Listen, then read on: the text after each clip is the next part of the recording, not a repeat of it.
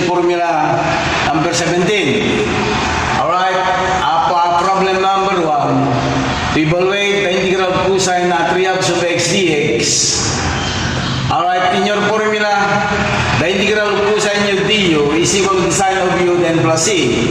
So based on your formula, you are in need of u and a value for du. Now from the given equation to let that your u will be equal to 3/2 of x. Then taking the differential of u will be equal now to the derivative of this will be equal to 3/2 times the differential dx. Now upon obtaining your u and your du, alright, you are required to substitute to your formula that the integral of your cosine of u, but your u will be 3/2 of x multiplied by the value of your du. Your du now will be 3/2 multiplied by dx. Then again, the rule before adapting the equivalent of your formula, you must compare the substituted value to the required equation. Observe that there is 3/2 done here. To remove this one, in your solution, you will multiply it by 2 over 3. Then take the equivalent of your formula sine of your u. Your u is 3/2 of x, then plus the constant of integration c. Okay? Okay, sir. Okay, next problem to discuss, problem number 2.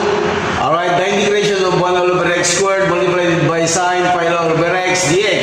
Now upon this required equation, you have to consider the middle term, sine pi over x. Alright, so that our u here will be, your u will be pi over x.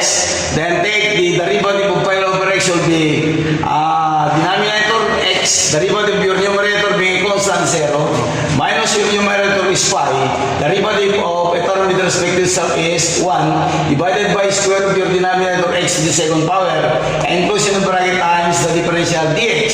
Now when we multiply this to that would be 0, then where your differential du now will be equal to negative pi times 1 times dx will be negative pi all over denominator x squared. Now upon attaining your u and your du, alright, we are required to substitute to your required formula that the integral of sine of your u will be pi all over x, then multiplied by the value of your du. Your du there will be negative pi all over x squared multiplied by the differential dx.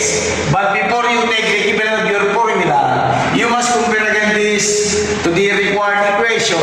Observe that there is an additional negative pi there. So to remove the negative pi in your solution, we multiply it by negative 1 all over pi, then multiply it by the equivalent of your formula, cosine of your u, but your u is pi all over x, then plus the constant of integration c. But you know that negative times negative in your formula will be positive now. Okay? Okay, we discuss problem number 3. Okay. The integration of secant 4 theta tangent 4 theta times d theta. Now as you compare this required equation to your formula for integration, secant u tangent u du will be equal to secant u then plus c. So meaning to say, our u is 4 theta. Okay? We let that u is equal now to 4 theta. That to take the derivative of your u will be du.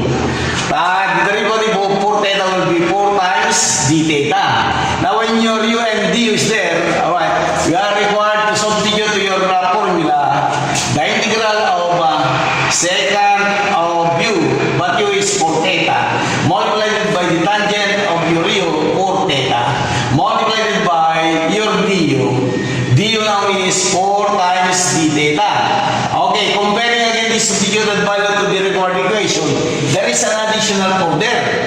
Okay, if this 4 has been removed, okay, we multiply our answer by 1, 4, because 1 4 times 4 is 1. Okay, then take the equivalent of your formula, that would be secant of your u, 4 theta, then plus the constant of integration c. What's your problem number 4? Alright, the reward is the integral of cotangent 1/2 of x dx. Alright, as you read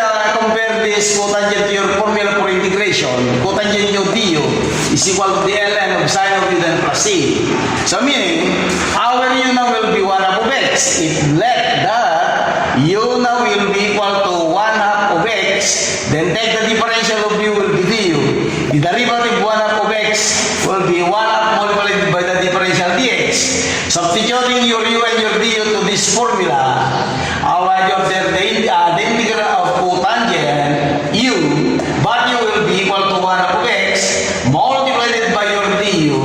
Du will be 1 half times dx. Before adapting again this one, compare this to that required, there is an additional 1 half. So to remove the 1 half, our answer that will be equal now to remove 1 half multiplied by 2, because 2 times 1 half is 1 times the ln of sine of u,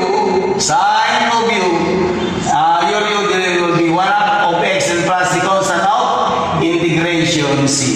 Gasyan? No such formula for integration to the third unless we try to break this one.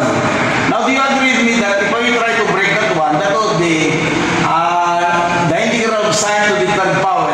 But in according to algebra, I multiply this by 2 sine squared times 2 sine of x, because when you multiply here, 2 plus 1 will be to the third power times the differential dx. Okay? But as you recall in your trigonometry in your high school, there is a trigonometry says, the Pythagorean theorem of trigonometry says that sine square of x plus the cosine square of x is equal to positive 1.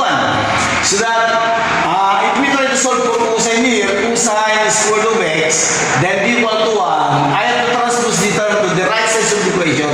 That would be negative sine square of x. So meaning to say, from that required, we have to substitute the given value of cosine squared, that would be sine to the third power of x multiplied by your cosine. Cosine is 1 minus sine square of x, then multiplied by cosine of x times dx. Okay, let's try to proceed algebra. Alright, in algebra, the integral of multiplying sine cube times 1 times cosine of x, that would be sine to the third power of x times 1 times cosine will be cosine of x times dx. Next, you have the minus sign there, minus.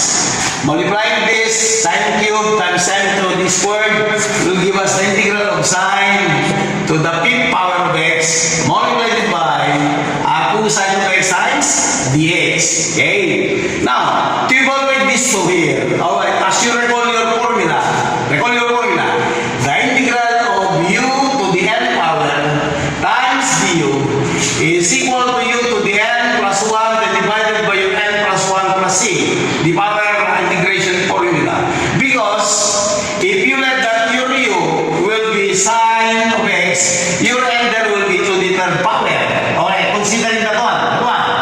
Okay, your u is equal to sine of x, your n there will be equal to third power.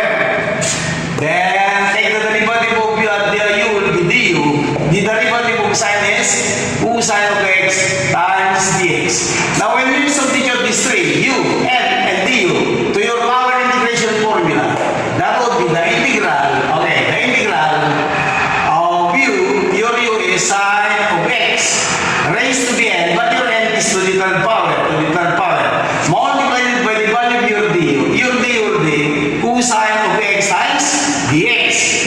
Then next, the same formula to use, minus the integral of, you let your u here, your u will be equal to sine of x, you let that your n there is to the fifth. Then take the differential of u will be du, the derivative of sine is cosine of x times dx. Substituting again these three to your power integration formula, the integral of u, your u will be sine of x raised to n, but your n is to the fifth power, multiplied by the value of your du will be cosine of x times dx. Now, if you compare the substituted value to the first, alright, exactly the same. Alright, comparing this to the second, exactly the same. So we will not multiply by any value. We have to take only the solution power formula and say u, our u is sine say, 3 plus 1 will be to the 4th divided by 4. Then minus, you have here, equivalent to your formula, sine of x, 5 plus 1 will be to the 6 divided by 6, then plus the constant of integration c. Do you have any question?